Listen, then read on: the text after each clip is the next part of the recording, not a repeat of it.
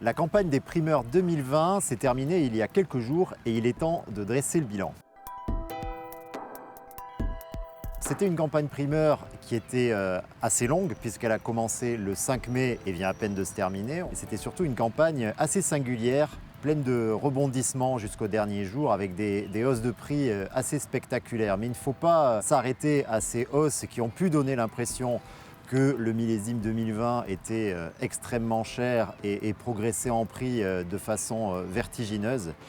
En fait, il est clair qu'après le millésime 2019, où des baisses avaient été opérées par l'ensemble des propriétés bordelaises, 2020, effectivement, repart à la hausse. On a eu très peu de baisses. En gros, l'amplitude des prix est passée entre moins 14% chez quelques propriétés qui ont baissé leur prix, jusqu'à des plus 53% chez certains. Et on va y revenir.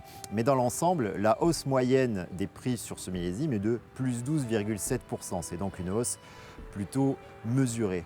On voit bien que l'enjeu sur ce millésime était de se positionner par rapport à deux millésimes porteurs précédents qui étaient 2016 et 2018. Et à ce niveau, on voit qu'il y a des stratégies complètement différentes selon les propriétés.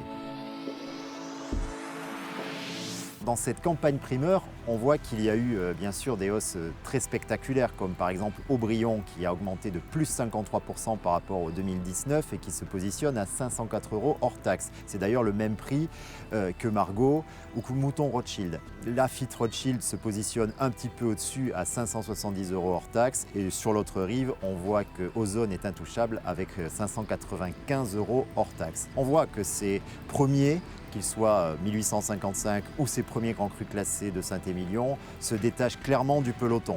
Quelques exceptions néanmoins, avec Cheval Blanc qui est sorti à un prix identique à 2019 et qui est sorti très tôt dans la campagne. Il a réalisé ce qu'on peut appeler un très bon coup et des stratégies assez fines pour Angélus et Pavie qui ont fait des hausses très mesurées, voire un prix identique à 2019.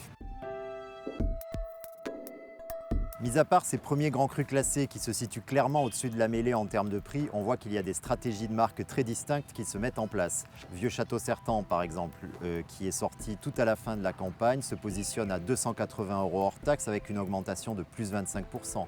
On voit un Ducru Beaucaillou à 187 € qui augmente d'un peu plus de 15%. On voit des positionnements très clairs de la part de propriétés comme Château Canon, comme Smith Lafite, comme Aubailly et bien sûr les blockbusters habituels comme Palmer, comme Pichon Comtesse, Pichon Baron, Montrose qui quelque part tracent leur route et définissent leur propre stratégie de marque.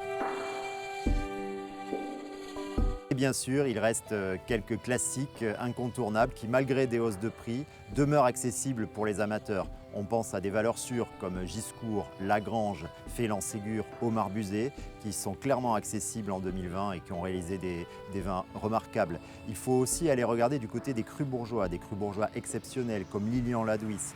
Et puis, bien sûr, des crus classés de Saint-Émilion qui restent à prix accessible. On pense notamment à Grand Corbin d'Espagne ou à Château-Larose qui a fait une très jolie sortie en primeur. On voit donc bien que c'était une campagne primeur 2020 à plusieurs vitesses, avec d'un côté les premiers grands crus classés qui se situent clairement dans l'univers de l'ultraluxe, des marques fortes qui se consolident leur positionnement et un peloton constitué de valeurs sûres qui restent encore accessibles pour les amateurs. Que l'on veuille acheter des primeurs pour investir ou pour mettre dans sa cave en vue de les boire dans quelques années, chacun peut y trouver son compte.